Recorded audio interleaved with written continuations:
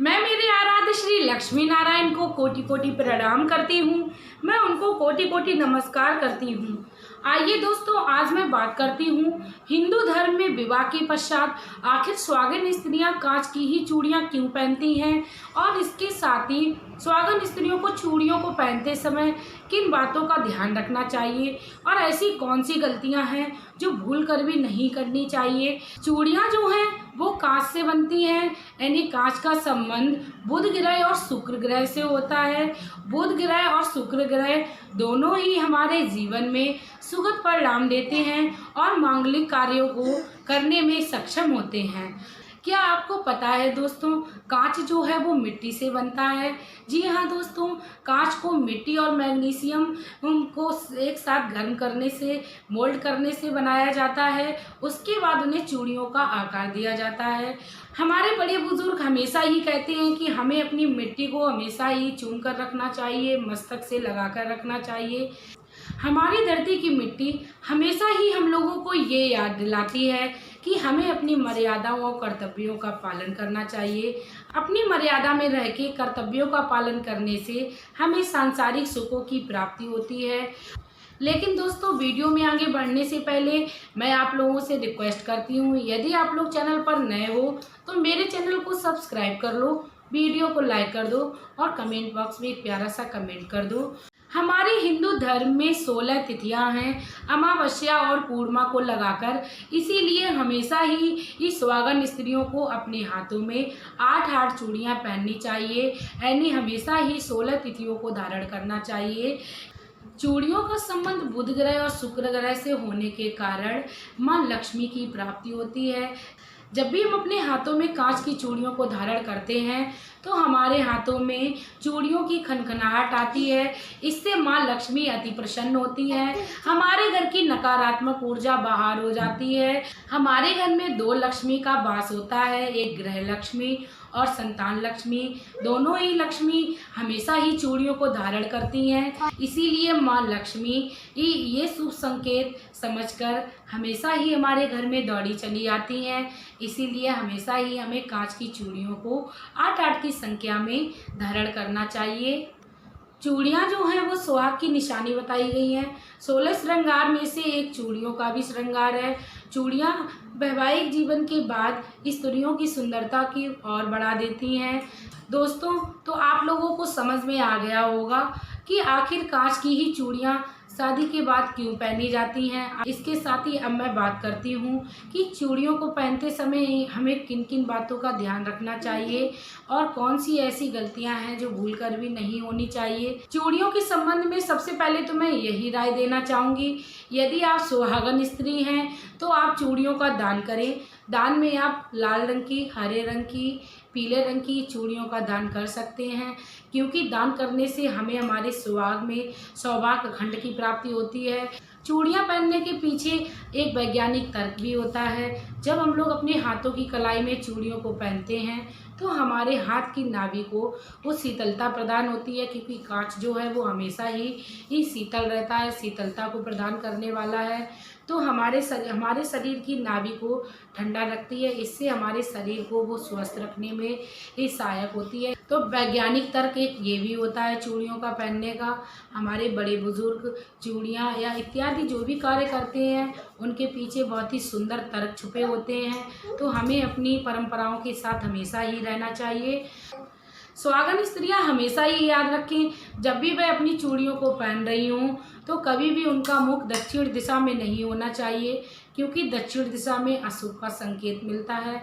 इसीलिए आप जब भी चूड़ियों को पहने तो पूर्व या उत्तर की दिशा में या पश्चिम की भी दिशा में आप अपना मुख करके चूड़ियाँ पहन सकती हैं।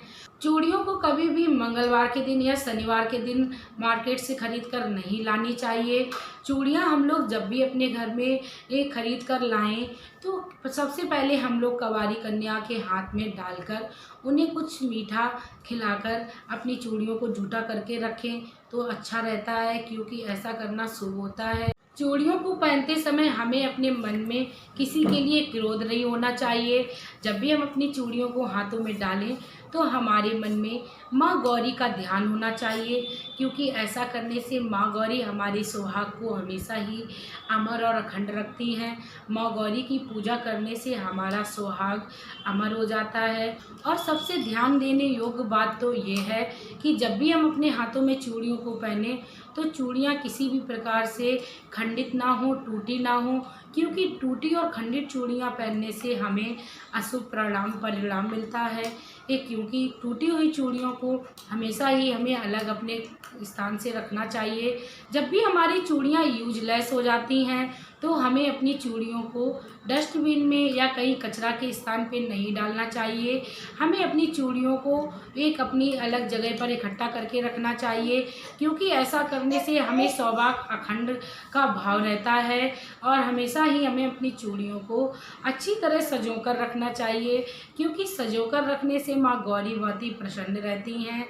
क्योंकि चूड़ियाँ अखंड स्वभाव का प्रतीक होती हैं, तो चूड़ियों को हमेशा ही हमें अपने घर में सजा कर रखना चाहिए और बच्चों की पहुंच से बहुत दूर रखना चाहिए। यदि भूल से कार्य करते समय हमारे हाथों की चूड़ियाँ खंडित हो जाती हैं या टूट जाती हैं तो हमें अपने मन में किसी भी तरीके का निंदा या बुरा भाव नहीं रखना चाहिए, क्योंकि ऐसा होना स्वाभाविक होता है। क्योंकि चूड़ियाँ कांच की हैं तो वो टूट भी सकती हैं। हाँ, लेकिन हम लोगों को जानबूझकर अपनी चूड़ियों को कभी भी तोड़ना या खंडित नहीं करना चाहिए। यदि चूड़ियाँ हमारे इस्तेमाल में नहीं हैं तो हमें अपनी चूड़ियों को नदी या गंगा में प्रवाहित करना चाहिए। कभी भी कचरा के स्थान पर भूल कर ना डालें। चूड़ियों का दान सर्वश्रेष्ठ दान बताया गया है। जब भी हम चूड़ियों का दान करें तो हमेशा ही ध्यान रखें, चूड़ियों का दान का रंग हमेशा ही लाल होना चाहिए, पीला होना चाहिए, हरा होना चाहिए और नारंगी होना चाहिए। इनमें से कोई भी कलर हो आप दान में कर सकती हो, लेकिन भूल कर भी कभी सफ़ेद रंग की चूड़ियों का दान नहीं करना चाहिए, क्योंकि ऐसा करना वर्जित होता है। आप हमेशा ही दान में लाल रंग की अगर चूड़ियों का इस्तेमाल करती हैं तो बहुत ही सर्वश्रेष्ठ है, क्योंकि लाल रंग की चूड़ी ये सौभाग्य का प्रतीक है। 12 माह में एक ऐसा माह सावन माह होता है जिसमें ये निर्धारित होता है आप हरे रंग की चूड़ियों को अपने हाथों में पहने तो आपके जीवन में खुशहाली और मंगल कार्य होंगे। जब भी हम किसी देवी को चूड़ियों का दान करें तो हमेशा ही देवियों के मनपसंद की रंग की चूड़ियों का दान करें। जैसे माँ दुर्गा को हरे रंग की चूड़ी का दान करें, चामुंडा माँ को नारंगी रंग की चूड़ियों का दान करें और माँ लक्ष्मी को गुलाबी और लाल रंग की चूड़ियों का दान करें। माँ गौरी को भी लाल रंग की चूड़ियों का दान करें। जब कुंवारी लड़की होती है तो वो अपने हाथों में हरे रंग की चूड़ी को पहन सकती है। सुहागिन होने के बाद स्त्री को हमेशा ही लाल गुलाबी रंग की चूड़ियों का धारण करना चाहिए। किसी कारणवश या आप अपनी पार्टी में जाने के पश्चात आप अपने मन की चूड़ियां पहन लें, लेकिन ज़्यादातर आप अपने हाथों में लाल रंग की चूड़ियों का ही धारण करें। और इसके साथ ही अब मैं बता दूं, जैसे स्त्रियां वृद्धावस्था में पहुंचती हैं, सुहागन स्त्रियों को पीले रंग की चूड़ियों को पहनना चाहिए, क्योंकि चूड़ियों का रंग हमेशा ही कुछ बोलता है। क्योंकि चूड़ियों का रंग माँ दुर्गा, माँ काली और माँ लक्ष्मी जी के लिए निर्धारित है। हम लोग जब अपने हाथों में चूड़ियों का सही क्रम से यदि पहनने का नियम जानते हैं तो हमारे जीवन में बहुत ही सुखद परिणाम मिलेंगे।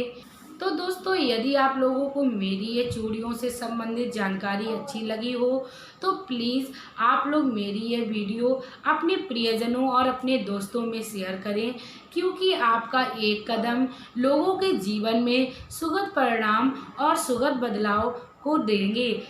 ऐसा करने से आपके जीवन में भी पूर्ण फल की प्राप्ति होगी। आप अपने जीवन को सुखमय बनाएं और ये मेरी वीडियो आप लोगों तक शेयर करें। तो दोस्तों, अब मैं वीडियो में आप लोगों से लेना चाहूँगी विदा। अपना प्यार और कीमती समय देने के लिए धन्यवाद।